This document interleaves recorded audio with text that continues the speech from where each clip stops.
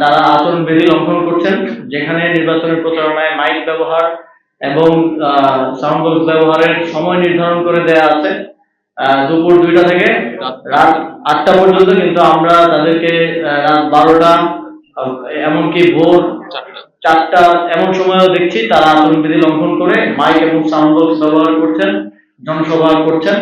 আমরা নির্বাচন কমিশনকে আহ্বান জানাবো এই ধরনের আচরণবিধি লঙ্ঘনের ক্ষেত্রে যখন একটা পার্টির সর্বোচ্চ পর্যায় থেকে আচরণবিধি লঙ্ঘন করা হয়, এটা আসলে ইঙ্গিত করে এই নির্বাচনে এবং অন্যান্য সকলকেও উদ্বুদ্ধ করে আচরণবিধি লঙ্ঘন করার জন্য। আমরা ইতিপূর্বে দেখেছি নির্বাচন কমিশন একটা ব্যাখ্যাহীন ভাবেই আমাদের আহ্বায়ক সহ আমাদের 2জন প্রার্থীকে শোকজ দিয়েছে, কিন্তু এইভাবে স্পষ্ট আচরণবিধি লঙ্ঘনের পরে যখন নির্বাচন কমিশন কোনো ধরনের ব্যবস্থা নেয় না, তখন আমরা আমাদের পূর্বের যে অবস্থান নির্বাচন কমিশন সম্পর্কে সেটা আবার পুনর্ব্যক্ত করতে হয়। নির্বাচন কমিশনের যে সক্ষমতা নির্বাচন আয়োজন করা এবং পক্ষপাতহীনতা সেটা প্রশ্নবিদ্ধ হয়।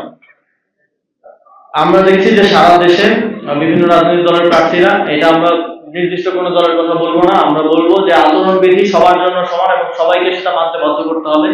প্রার্থীরা পোস্টার ব্যবহার করছেন, এবার স্পষ্টভাবে পোস্টার ব্যবহার করায় নিষেধাজ্ঞা রয়েছে নির্বাচন কমিশনের পক্ষ থেকে। নির্বাচন কমিশনকে অবশ্যই তাদের যে নিয়মগুলো সেগুলো বাস্তবায়ন করতে হবে।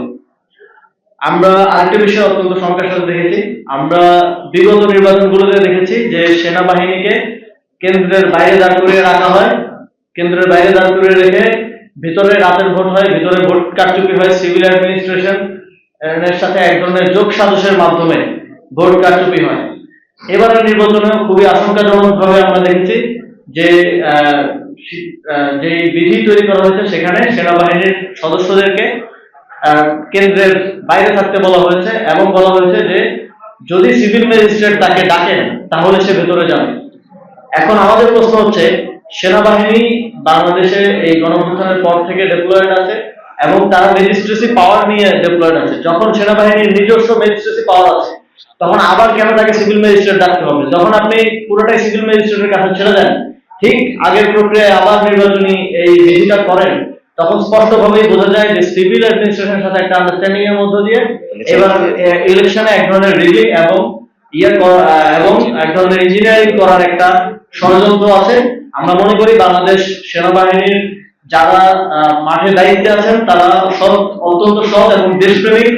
তারা যদি নির্বাচনের কেন্দ্রে সেই অ্যাক্সেসটা পান সিভিল অ্যাডমিনিস্ট্রেশন এবং অন্যান্য আইন শৃঙ্খলা বাহিনীর মতো, তাহলে একটা সুষ্ঠু নির্বাচন হওয়ার সুযোগ তৈরি হবে এবং তাদেরকে সেই অ্যাক্সেস থেকে বঞ্চিত করার জন্যই তাদেরকে কেন্দ্রের বাইরে রাখা হয়েছে পূর্ববর্তী নির্বাচনগুলোর মতো।